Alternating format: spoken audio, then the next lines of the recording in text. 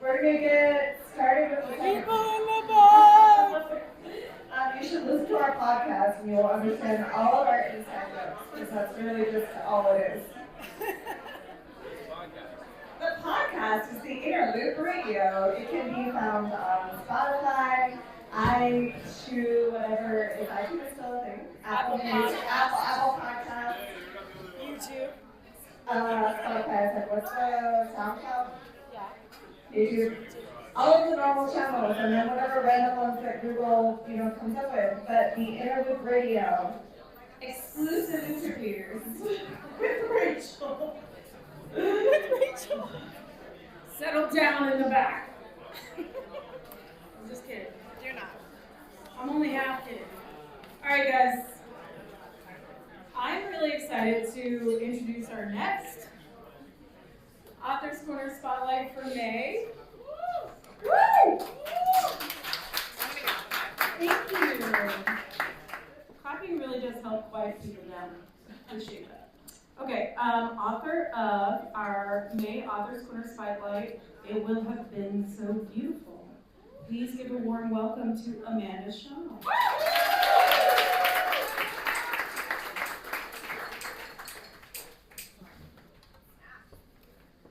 Hi.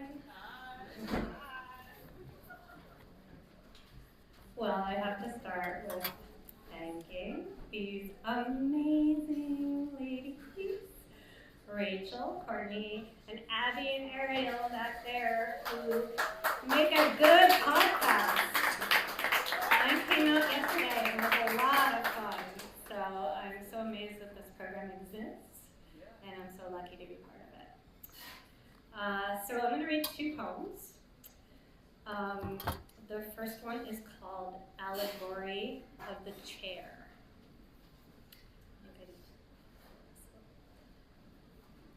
And I'm at that stage in my life where I have no idea what glasses I need for seeing something in different lights. So here we go.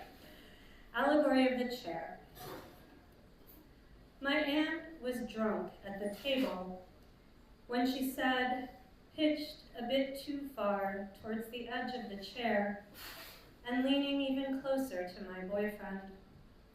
I have read a great deal of Plato, some of it in the original Greek. And one late night, parked in my boyfriend's driveway, when I told him his hair smelled like Play-Doh, yeasty, nourishing against my mouth in his dark truck, he murmured, some of it in the original. And we laughed, not so much at her, as at the memory of a silent film our Western Civ teacher had shown us, in which a small, fat man sits chained to a chair, watching ciphers and odd shapes dance on a sweating cave wall, until he escapes into the wide blue world. Neither of us could remember how, but he returns an apostle, tries to persuade his fellow cavemen the world they think is real is just a flimsy negative, a mirage, a form like you have to fill out at the dentist's or the DMV, or that whole sheaf of papers they give you at a hospital. He's raving at them, waving his arms at the shadows on the wall, panting and sweating from the effort, but his brothers don't want to hear. They turn on him, beat him with his chair, until fini, the end. We were supposed to be moved, because look how man chooses illusion, turns violently from knowledge. But what was the filmmaker thinking, or our teacher? We were 15. And it was funny, the way she'd said, in the original. But even then I knew what she wanted my boyfriend to know, that she cared about thought, the life of the mind. I don't know what she felt like drunk, but sometimes when I am, I think my intelligence is surging, my language floating up in plumes of heat above the clouds, and the whispering clear nowhere. I think I see fields grow architectural, cities rise, clean morning precede the blown open night, and I just have to explain to anyone who's there how form and pure your idea cohere. But then you sober up. It's just a chair. My aunt's still dead. She died not long after that scene at the dining room table. I saw her in the hospital. Her skin was green, stretched over her hardened liver, hardened not unlike old Play-Doh after a child has grown bored. She expired, she passed, she's no longer with us. She went up in flame like a strip of celluloid, as though the projectionist had turned away instead of loading the next reel.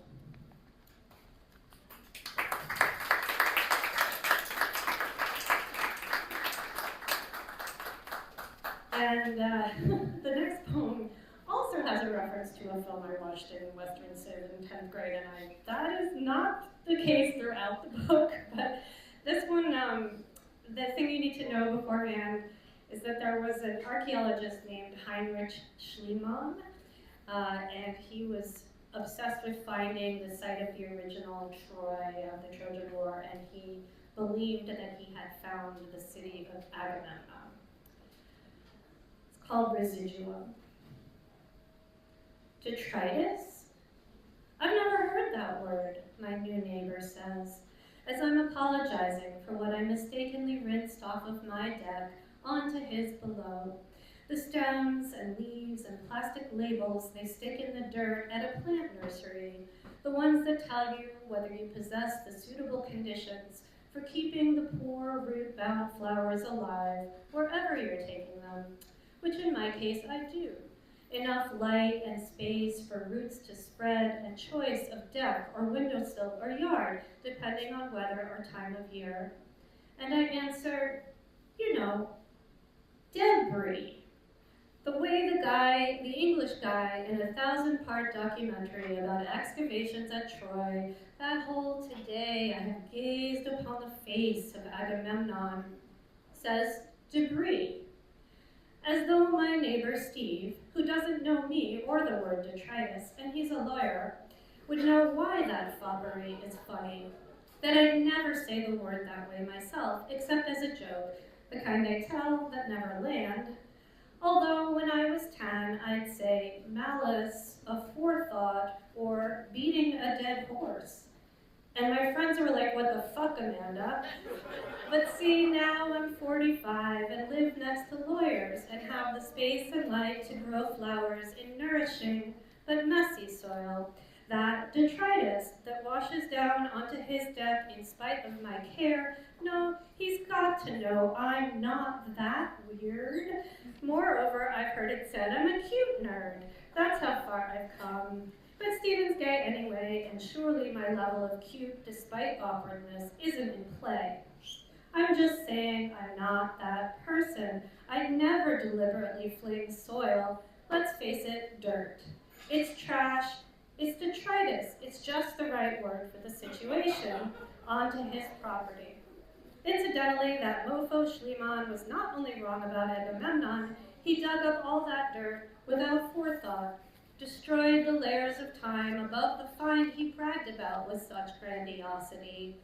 But I know enough now not to share this further evidence of nerdity, so I am furiously digging into my mind like I always do for words, more words, to supplement the more words that didn't work the first time. But then Stephen says, I like it. I'll have to use it.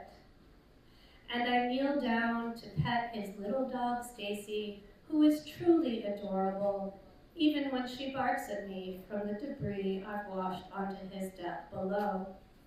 I mean, who can blame her? Thank you.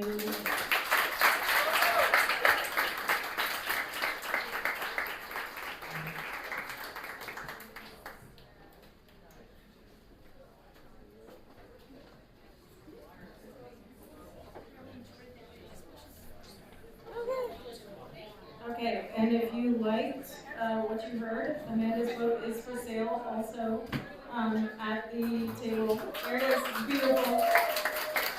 And will it be so beautiful, and it is so beautiful. All right, next in fiction, Connor Harding.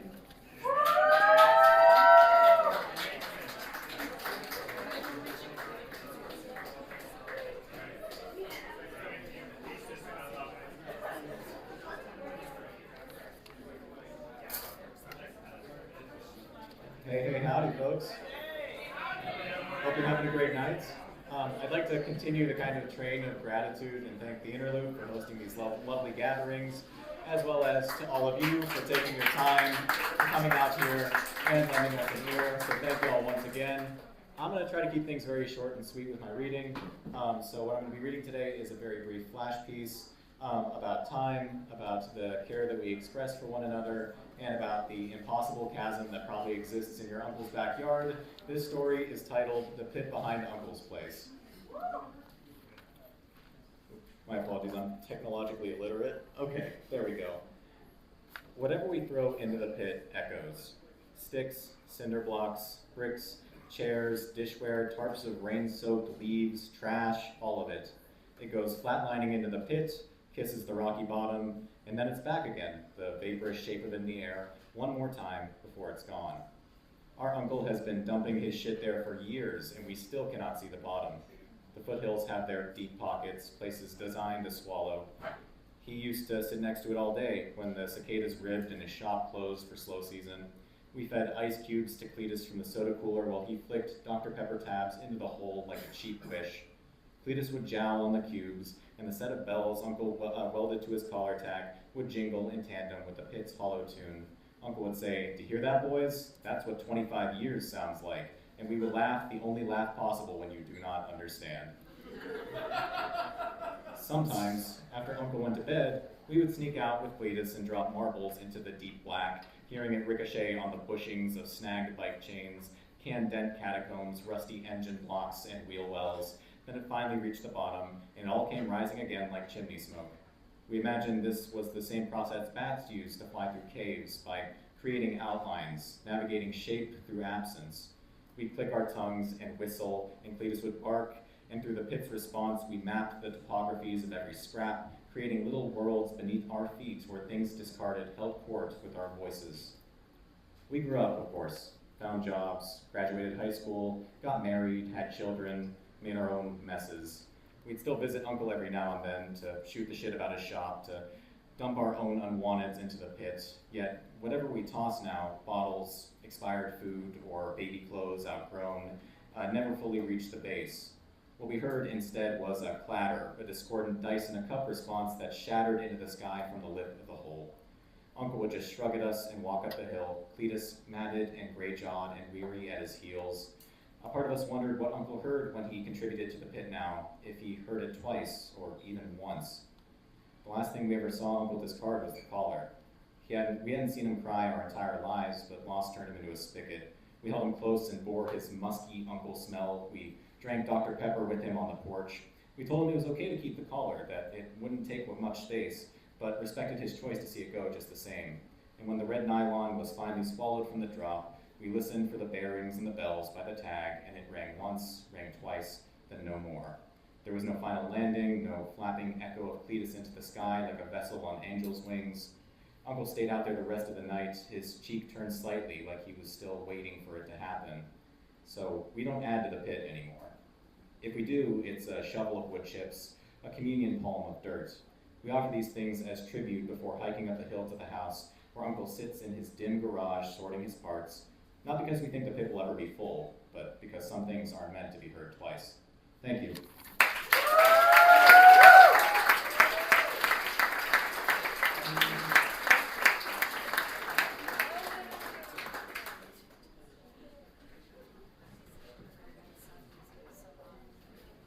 Next in nonfiction, Maggie Messett.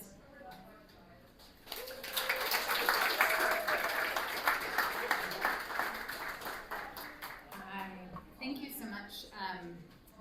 My second book comes out next week, and so I have not read any of this other than to myself in my home, so you get to hear this for the first time. My book is called Newspaper. It is part of the Object Lesson series, which, if you've never seen, are these beautiful small books that are about 30,000 words, so they're kind of a half book. I would say that this is a segmented essay at book length or half book length. There's 120 parts, and so since it's sort of a weird structure, I've picked a couple little pieces for you to hear. They build upon one another, so they kind of tell a really complicated story, and it is set in the two countries that I call home, South Africa and the United States. And I would take a drink, because there is nothing light about this. Robert Abbott started the Chicago Defender in his landlord's kitchen. He printed his first issue on May 6th, 1905. With 25 cents, he could print 300 copies. Robert was a one-man show for 5 years. He wrote stories, selected reprints, he walked door to door selling subscriptions and advertisements, and he distributed copies to newsstands. He slowly grew his paper and eventually added his first employee in 1910. The Defender could speak directly to racial issues that Southern papers could not. Its sensationalistic headlines and its use of red ink drew readers to Abbott's young paper. Eventually, its use of graphic images built a sense of trust between the Defender and its readers. "We're not going to hide anything from you," it was saying, "just the truth up here." White distributors refused to circulate the paper across the South, but the Defender was read far beyond Chicago. It was secretly brought south by black entertainers and Pullman porters and distributed by hand from store to store. Eventually 2/3 of the Defender's readers were south of the Mason-Dixon line.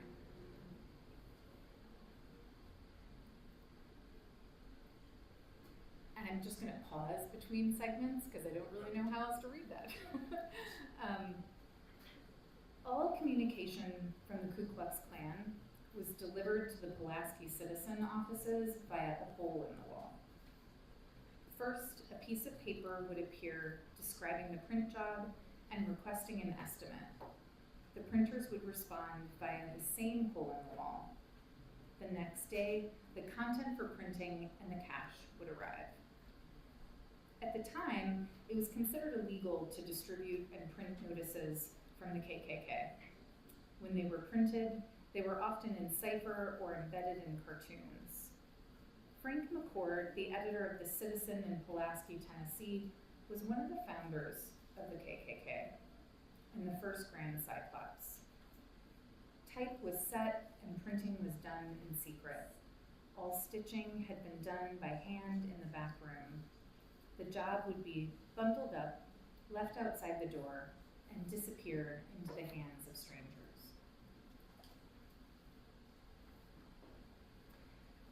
The poem Bound for the Promised Land by M. Ward was published in the Chicago Defender and then republished in black papers across the South. It framed the North as free and safe. It encouraged an exodus, part of a campaign of editorials, comics, poems, and stories. Quote, "The Great Northern Drive," declared the Defender, starts May 15, 1917. Tom Amica was arrested in Savannah, Georgia, for having a copy of the poem. 5 young men were arrested for reading the poem in a barbershop. The police cited them for inciting a riot in the city and throughout Georgia. 2 of the men, J.N. Chisholm and A.P. Walker, were sentenced to a prison farm for 30 days for instigating the poem's reading.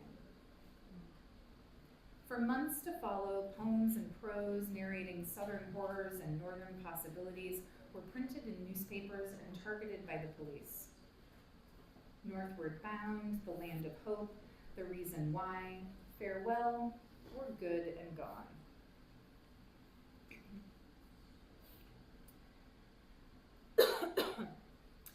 Bertram Haver established the Bantu Press in 1932 in Johannesburg, South Africa.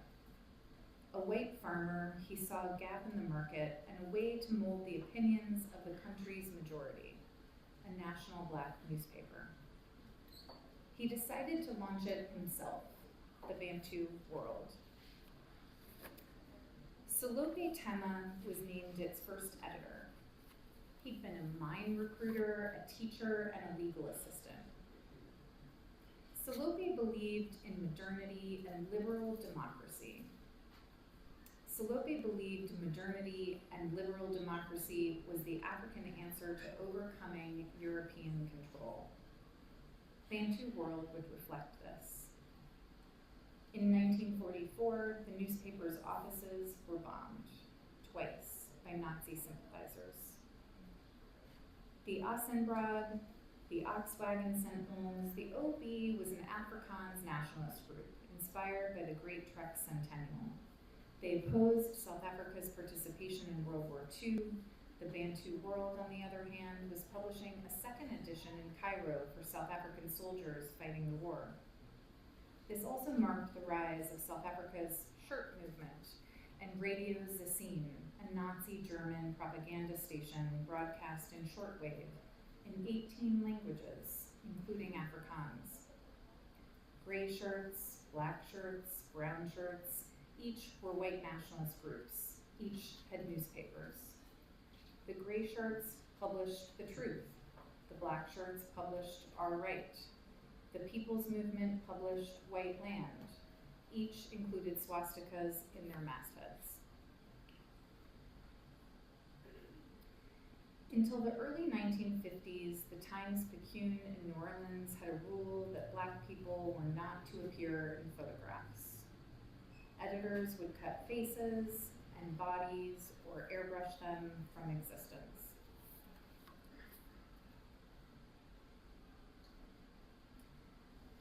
Slave traders Alexander Walker and John Robertson ordered their own press from Europe. They were appointed official printers of the Cape Colony in August 1800. They would print all government paperwork and the Cape's first newspaper, the Cape Town Gazette and African Advertiser. It started as a 2-page broadsheet, printed in English and in Dutch each week. The governor banned all the use of all other printing presses across the colony. Thank you.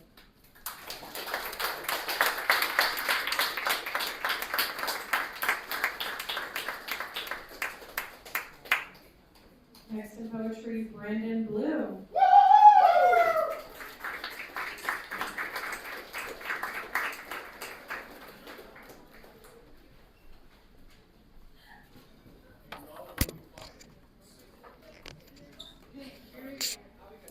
Invisible, hypervisible. It is odd to be seen and yet not, because you are here and you should be here, but not to them. They speak like you are part of the whole, now willfully disregarding the status quo, the familiar and aggressive tone. Can I help you? Wow, you're tall. Wow, you're tall. Can I help you? The familiar, aggressive tone. They speak to you like you are willfully disregarding the status quo. That familiar and unspeaking foe. It is odd to be seen and yet not, because you are here and you should be here, but not to them. Thank you. Thank you everybody for coming to this tonight. Again, my name is Brandon Blue, and thank you so much to Interloop. I came to these things a million times. I'm so glad to be reading in front of you. I'm going to be reading from my book called Snapshot. Snapshot was named one of the best books of 2023 by Poetry Mutual, which is specifically books with people from DC ties. And if for whatever reason something speaks to you and you want one of them, I have copies with me, so you do not have to get them off of Amazon. And it's really easy to see me because I'm 6'7". I'm going to be reading 2 more short poems for you. There are a lot of 3 lines in this book, but a lot of them are in relation or conversation with pieces of art. And so this next one is called The Twin Fawns, which is after Peregrine Hoying's The Twin Fawns, which is this really beautiful picture of two fawns like connected, and they look like they're sleeping, but they're actually taxidermied. The twin fawns. In the back room of this club, with music so loud you could never hear the traffic, a drag queen downstairs collecting dollars with a Whitney mix. Silhouettes fill and come to life, draping themselves in who I want to be, like those two, asleep. Coiled next to this night's lover and listening for heartbeats, I'm sure. Never a thought of who's watching. Never a thought of how they'll be seen. Just asleep with a brother, and never of the labor that brought them to pasture in the world. Thank you.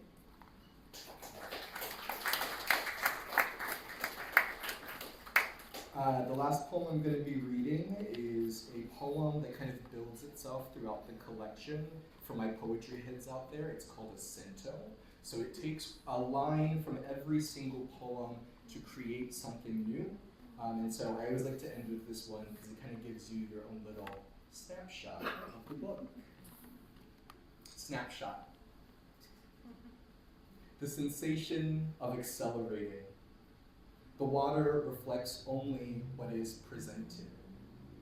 Hold it in your hand, now feminized a desire, etched into that space, my heart reaching towards your body. Like adolescence, our skin is not melting into the familiar. Leaves are patterning the sky. Your hands are in mine, a succulent gush from fish fries for donation. Cradled by this night's lover, straddled around what I am. This is the dangerous brought willingly into the body. Thank you.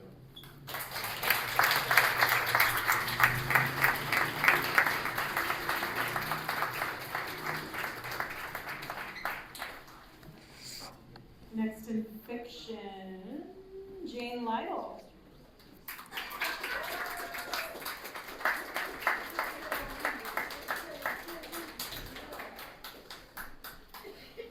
All right, thank you for that introduction, and thank you all for coming to hear us read. RunForSunday.com, a hacktivist battle for love, morality, and the planet's future. I will be reading in the voice of Ethan Solberg, who is the confidant of one of two dueling protagonists who are also anti-heroes. The year is 2020, late June in Yellowstone National Park. Ethan is on a camping trip with his 13-year-old daughter, Riley. He's 35 years old, and he lost his wife, Willow, to cancer in 2018.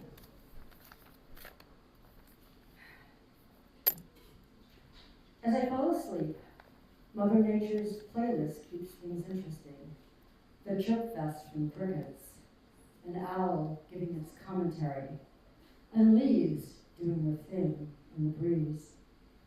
Yet somewhere, almost like a hum, there's a slow thrumming sound that seems to come from everywhere and nowhere at the same time. It fades and I fall asleep. I mean, why not let the sounds of a spooky soundtrack put me to bed? Next thing I know, Riley's shaking me. Dad, play dead. Great. Now my kid's got me practicing for my own funeral? But then her words start to make sense as I open my eyes to the stars. This isn't nature's playhouse. A whoosh of air scatters ashes. Turning my head, I catch a glimpse of it. The outline of a grizzly, 500 pounds, staring back at me. It charges, attacking Riley, clamping down on her sleeping bag and jerking its massive head. It releases the bag, flinging her into the air. She lands 6 feet away with a thud. Her face shows the brevity of life, caught in a moment that seems to never end. Riley screams as I yell, "Get out! Get out! Riley, unzip him! Get out!" The bear tears at her nightshirt and begins to probe with its snout. I leap from my bag and yell, "Get away from her, go!" But it's not working. The bear growls from its gut. Its jaws clamp onto her shoulder. She cries out as its teeth sink into her flesh. Saliva flies across her cheek as the bear rips into her arm. She screams. Blood sprays everywhere. My flashlight's within reach. I grab it, but my hands are shaking so much, fumbling to find the switch. The light flicks on, aiming it at the bear's face, wishing it were a gun. The beam catches its lurid yellow-green eyes, buying her seconds to escape. "Get out of your bag!" But time no longer exists when she screams, "I can't!" The bear charges, knocking me over. Instinct takes over, curling my body into a ball to protect my vital organs. The bear braces on my back, and it smells like death. Its hot breath, warm and sticky, pulls on the back of my neck, then runs down the sides. Its claws rake my legs, tearing my skin. Pain explodes through my body. Something warm is streaming down my back, and I know it's my own blood. Another scream, followed by explosive whoosh. The pressure lifts from my back as the bear shifts back to Riley. Struggling with great effort, I stand, ignoring the blood pouring down my arm. The bear grips her bag, dragging her across the embers of the dying campfire. Plunging into the darkness after them, the sound of the bear crashing through the underbrush is the only trail. The crunching noise horrifies me. Are those her bones breaking? The darkness is oppressive. Branches appear out of nowhere, thrashing my arms to push them out of my face. Thorns from the underbrush snag my pants, slowing me down. I break free, only to trip over a log a few steps later, landing in a tangle of sticks. Lifting my head, her voice is fading. "He's got my arm. My arm is gone." Silence follows. Then her last words, "Oh God, I'm dead." I cry out, "No, Riley!" Struggling to rise, I push myself up, but I've lost all sense of direction, seeing images that blend reality with illusion. Every step worsens the pain, but there's no alternative but to save her. Shoving aside a low-hanging branch, the wood is open to a clearing. The bear's crouching over her body. I yell, hurling clods of dirt. The bear's ears flatten, lowering its head to the ground. I yell for Riley to run, but Riley can't run. She's lying there, soaked in blood, flesh torn away to expose bone all the way down from her elbow. Spotting a rock, I throw it with a roar that tears from my throat as it strikes the bear's head with a sickening crack. "Run, Riley!" I yell, knowing she can't. Seeing more of her injuries, I realize they're too severe. Finding more strength, I throw another rock. It steps back, giving me my last moments with her as I pant, "Oh, baby, I love you." With the moon gone, the stars give me just enough light to see her face, but it's the hole in her chest and the bloody foam oozing from it that gives me little hope she'll survive. The bear shifts its body like it might charge or run away, then grabs her again. Her face reflects a fear I've never seen as they vanish back into the woods. And just like that, it's over. The quiet is more brutal than a shout. My eyes lose focus as I collapse to the ground. Thank you.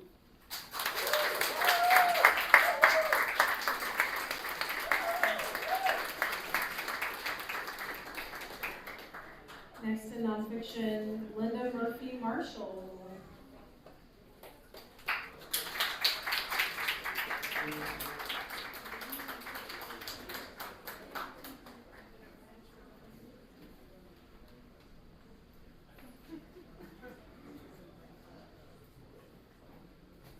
Is Linda here? Speak now or forever hold your peace, Linda. Are you in a traffic jam? All right, I guess that's it. Let's have a round of applause for all of our readers tonight.